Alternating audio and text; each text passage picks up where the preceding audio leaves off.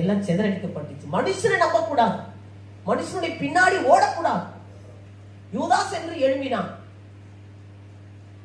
அவன் சில பேரை ஏமாத்திட்டான், அவனை பின்பற்றி போச்சு. மனுஷனை பின்பற்ற கூடாது.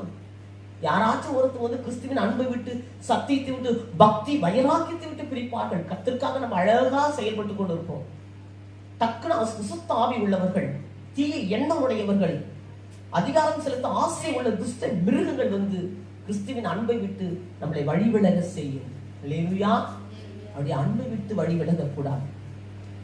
ஞானியோடு சஞ்சரிக்கிறவன் ஞானம். யார் கர்த்தருடைய பிள்ளைகள், யார் பக்தி உள்ளவர்கள், யார் செவிக்கிறவர்கள், கர்த்தருக்கென்று ஊழியம் செய்கிற யார் என்று சொல்லி நாம் வகையறுக்க தெரியணும். அல்லேலூயா.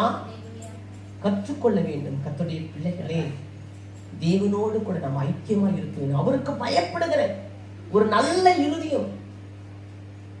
என்னடா இது, பொல்லாத மனிதர்கள் நம்மளை சுற்றி இருப்பார்கள், எங்க போனா பொல்லாத மனிதர்கள் இருப்பார்கள். அதான் வேதம் சொல், துன்மார்க்கருடைய ஆலோசனையிலே நடவாமலும். துன்மார்க்கருடைய ஆலோசனை. கர்த்தருடைய பிள்ளைகளே, துன்மார்க்கருடைய ஆலோசனையிலே நாம் நடக்கவே கூடாது. பாவிகளுடைய வழியிலே நிற்க கூடாது. பரியாசக்கார உட்கார்ந்து இருக்கிற ஒரு இடத்துல கூட நம்ம உட்காரக்கூடாது. அல்லேலூயா. பரியாசக்கார உட்கார்ந்து இருந்தாங்கன்னா அந்த இடத்துல நம்ம உட்காரக்கூடாது. ஆனா நம்ம பரியாசக்கார இடத்துல தான் உட்காரணும்.